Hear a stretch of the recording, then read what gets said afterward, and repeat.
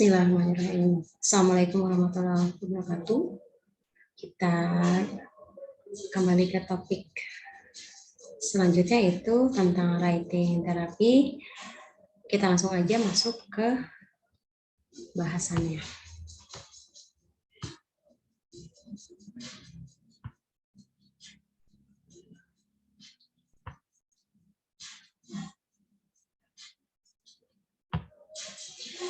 Nah, writing therapy. Ya, apa sih writing therapy ini? Kita baca definisinya dulu.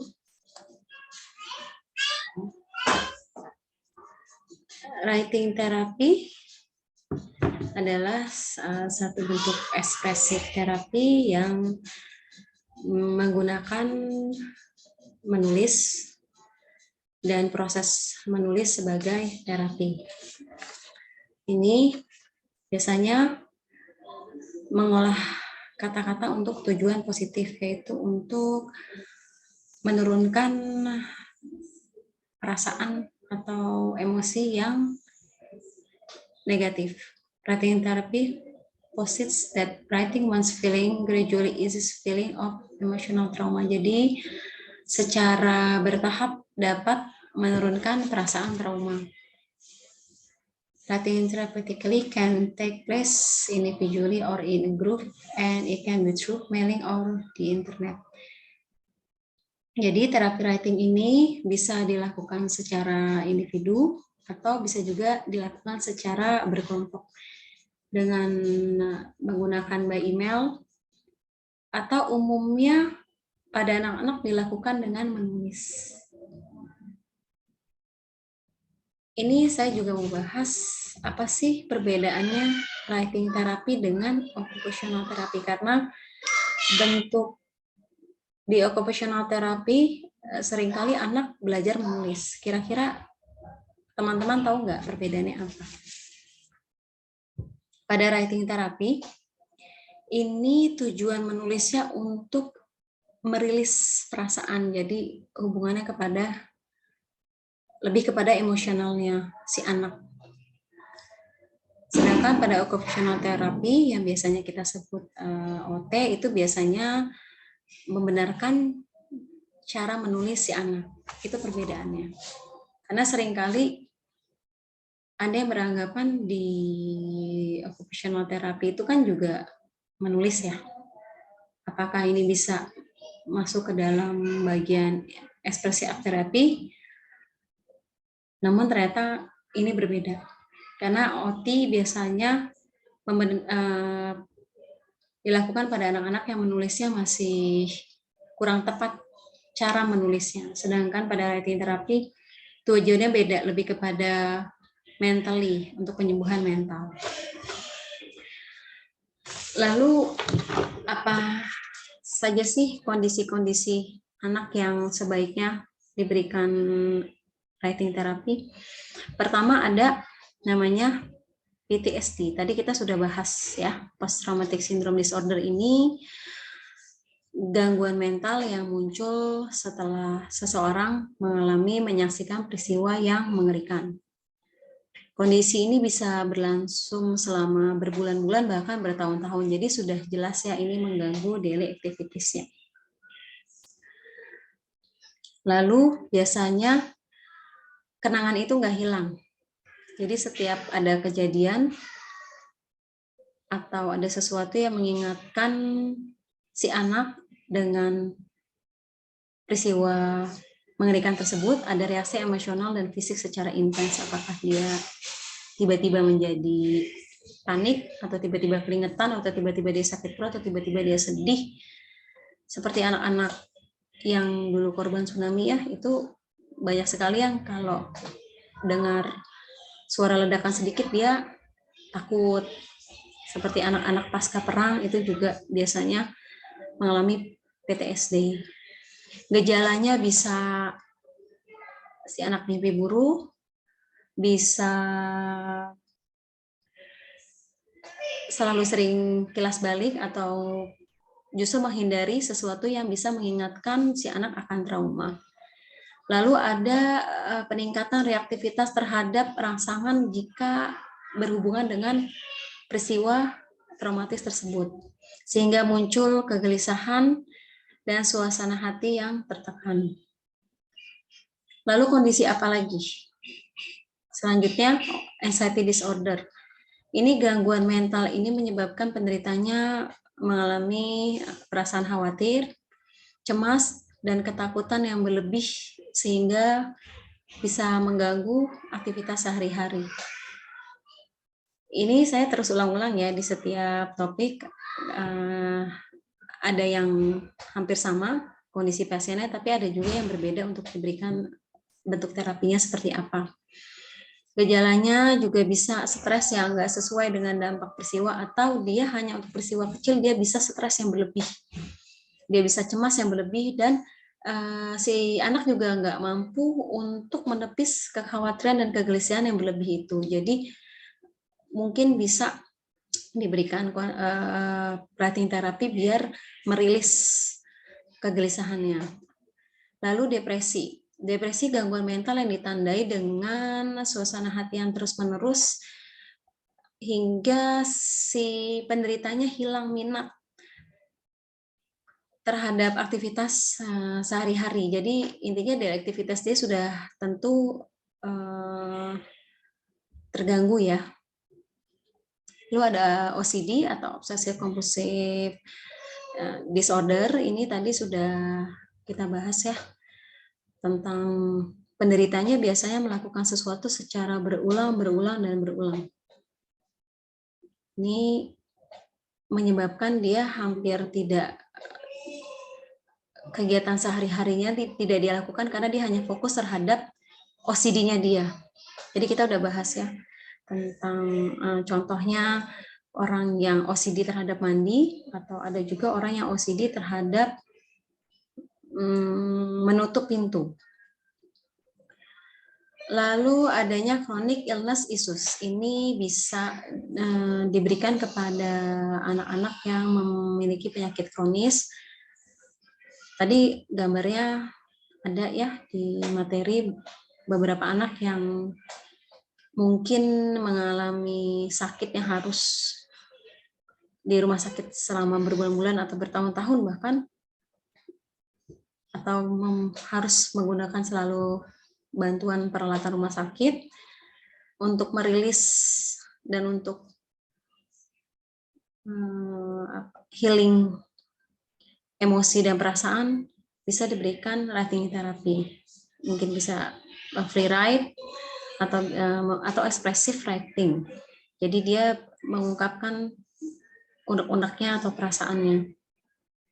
Lalu anak yang memiliki interpersonal relationship issue atau interpersonal skill problem, biasanya anak-anak ini tidak memiliki kompetensi dalam berinteraksi. Dia juga gagal untuk berkomunikasi secara sederhana atau gagal untuk berkolaborasi dengan teman-temannya secara efektif. Termasuk di dalamnya dia mungkin kurang mampu untuk berempati terhadap orang lain, dan juga tidak memiliki kemampuan untuk mendengarkan orang lain, dan kecerdasan emosionalnya biasanya low.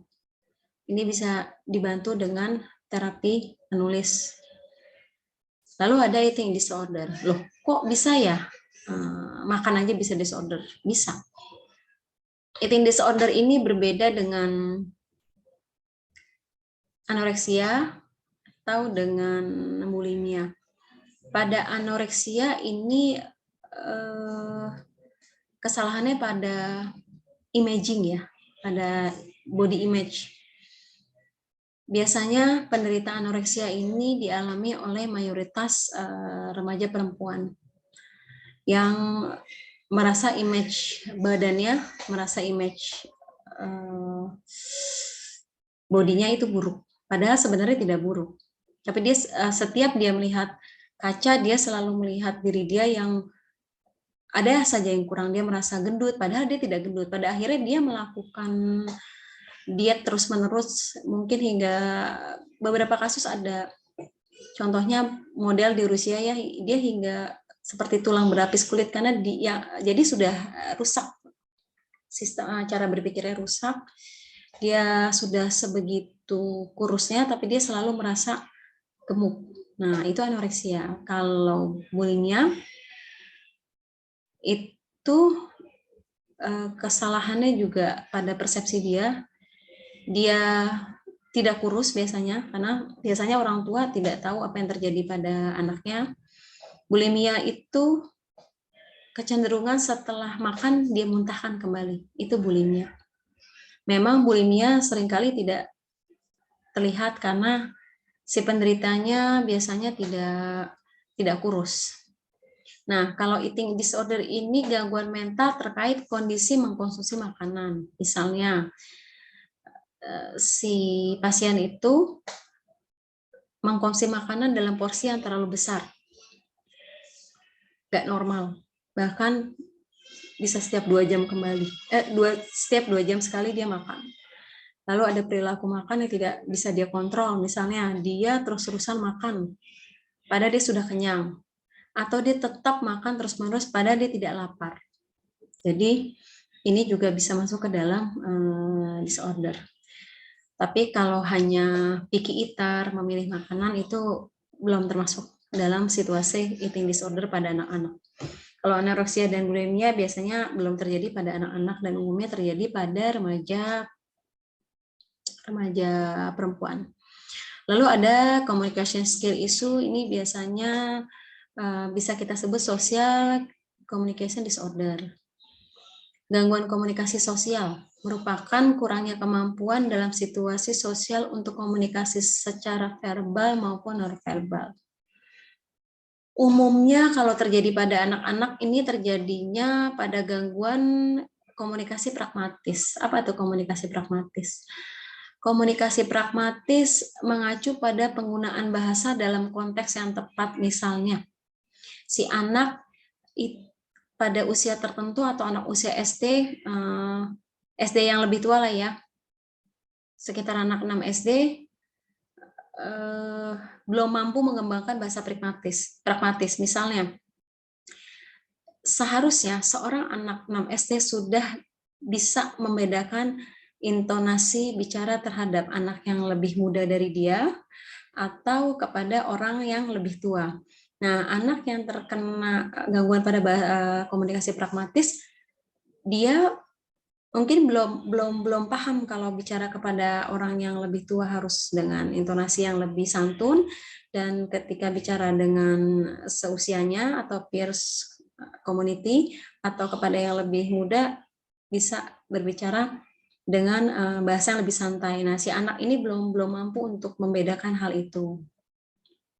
Dan sebenarnya SCD ini dalam DSM-4 ini termasuk baru karena sebelumnya dikenal dengan PDD-NOS atau Pervasive Development Disorder Not Otherwise Specified.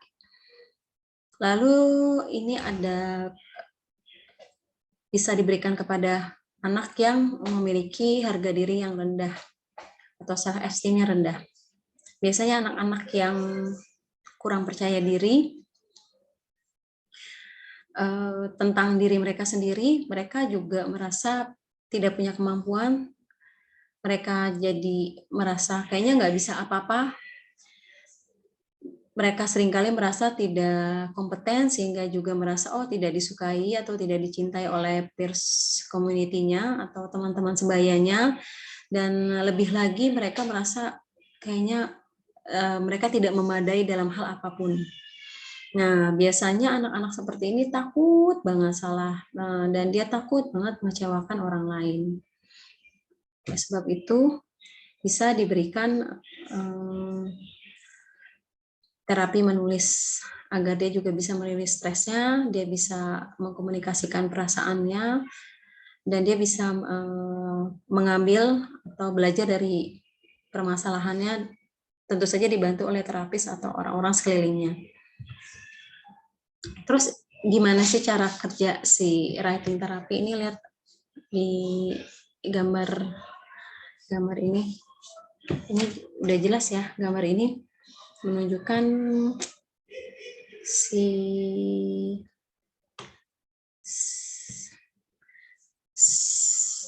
si penderita ini melakukan menulis, ini bagian kepalanya acak-acakan begitu ya, seperti benang kusut. Lalu dia mulai menulis, kelihatannya seperti dia mencoret-coret atau mungkin dia sedang melakukan free write.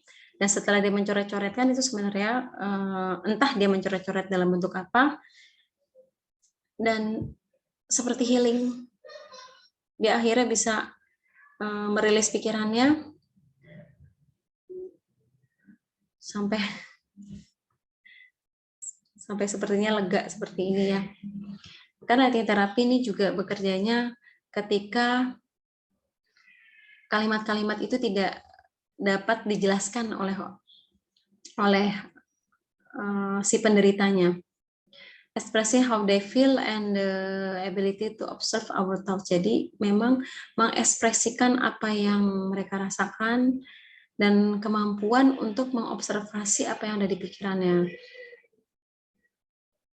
Karena pada sesi menulis ini seringkali kita nggak tahu apa yang terjadi sama kita, tapi ketika kita mulai menulis itu akhirnya insight atau wawasan atau apa yang di dalam pikiran kita perlahan-lahan secara gradually akan mulai keluar.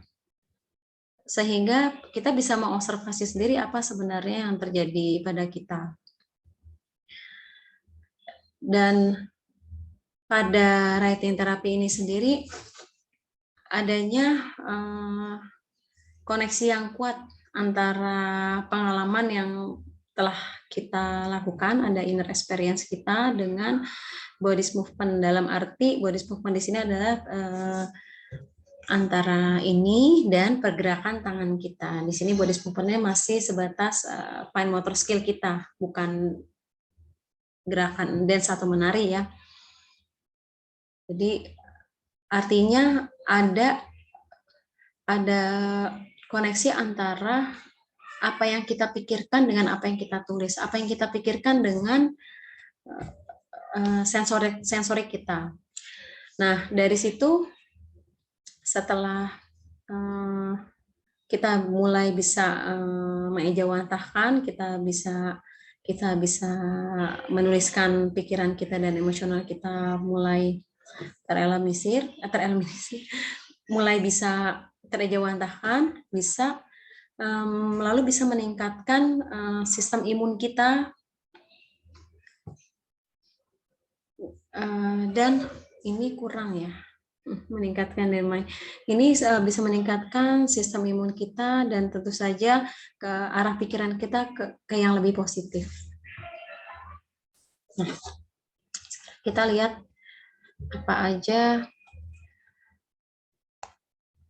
benefit dari writing therapy. Tadi udah jelas ya, bisa mengobati trauma karena dengan menulis kita memikirkan sebuah pengalaman yang pernah kita lakukan, lalu kita mengekspresikan emosi. Jadi bisa membantu si anak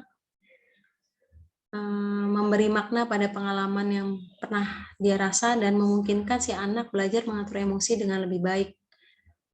Lalu ada improve imun sistem.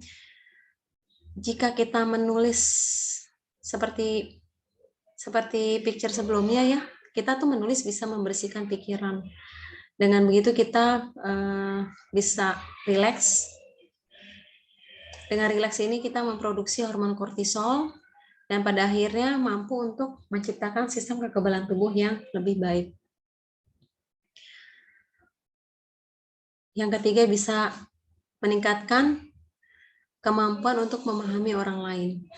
Salah satu bentuk art terapi adalah menulis surat kepada orang lain. Tujuannya apa nih? Tentu saja untuk mendapatkan pemahaman yang lebih jelas tentang si orang yang kita tuju.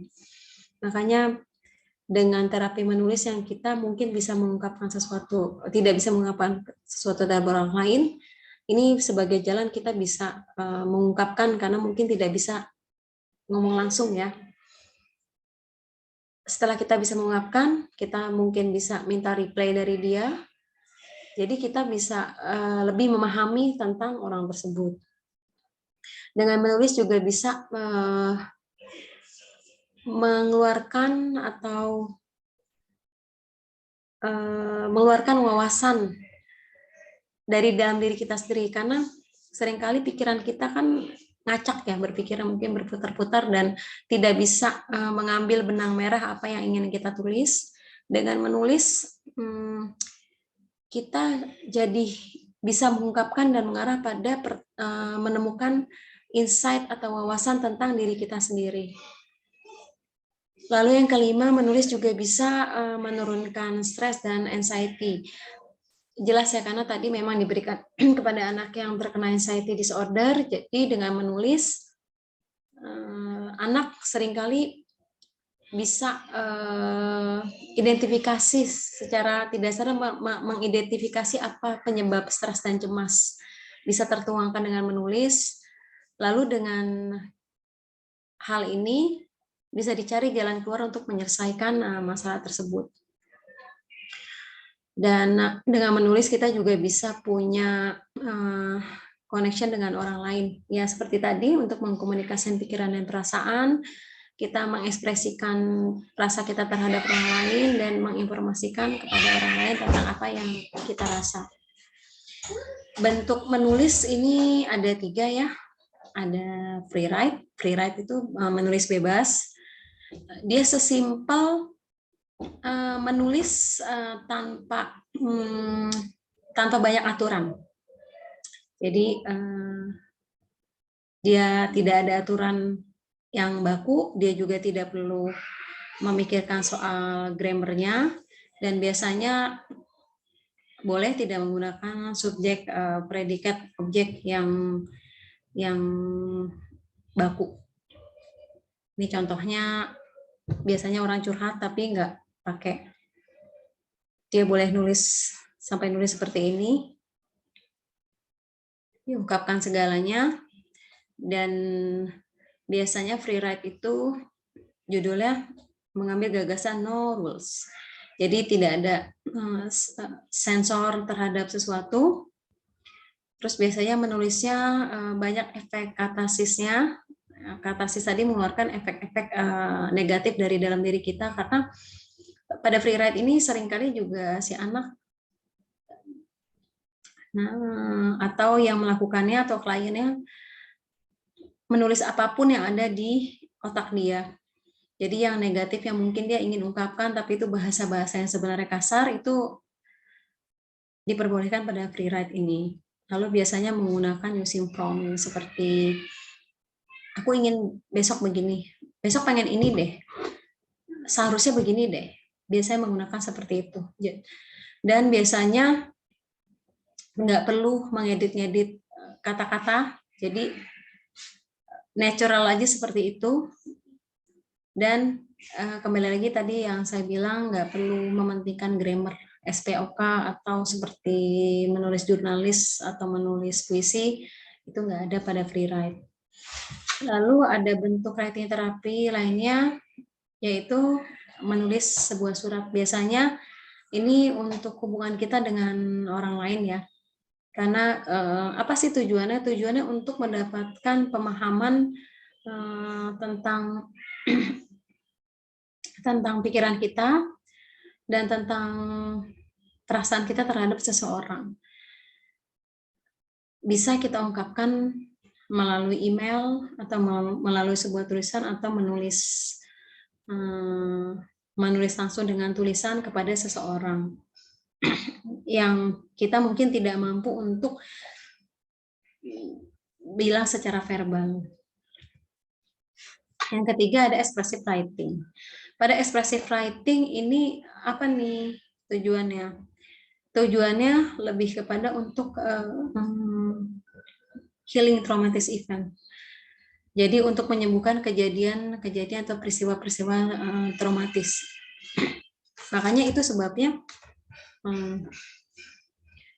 antara free writing dan expressive writing ini justru goalnya berbeda. Kalau pada free writing, dengan dia menulis bebas, tanpa grammar, tanpa sensor, justru dia mengeluarkan segala-galanya hingga dia lupa pada masalah dia. goalnya terbalik dengan expressive writing. Expressive writing ini justru menuliskan pengalaman-pengalaman traumatis yang terjadi pada si klien atau pada si anak. Justru nanti si klien atau anak ini berada pada situasi dia harus menghadapi, dia harus face the truth, dia harus facing masalah dia ini untuk mencari solusinya.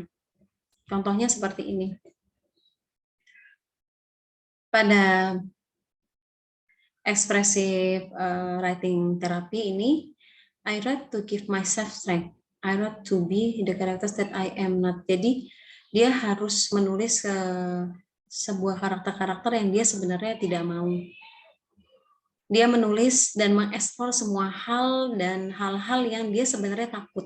Nah, pada expressive writing therapy ini ya memang tujuannya dia harus face it, harus menghadapi ini loh hal-hal yang dia tidak sukain. Terbalik dengan free write. Nah, udah ya. Ini referensi secara keseluruhan, tapi ada juga yang baru untuk writing terapi masuknya di sini. Untuk writing terapi sampai di sini. Terima kasih yang sudah mau menyimak hingga selesai. Setelah ini kita masuk pada topik terakhir pada materi saya, yaitu ke dance movement therapy. Nah, jangan nggak ditonton ya. Terima kasih. Wassalamualaikum warahmatullahi wabarakatuh.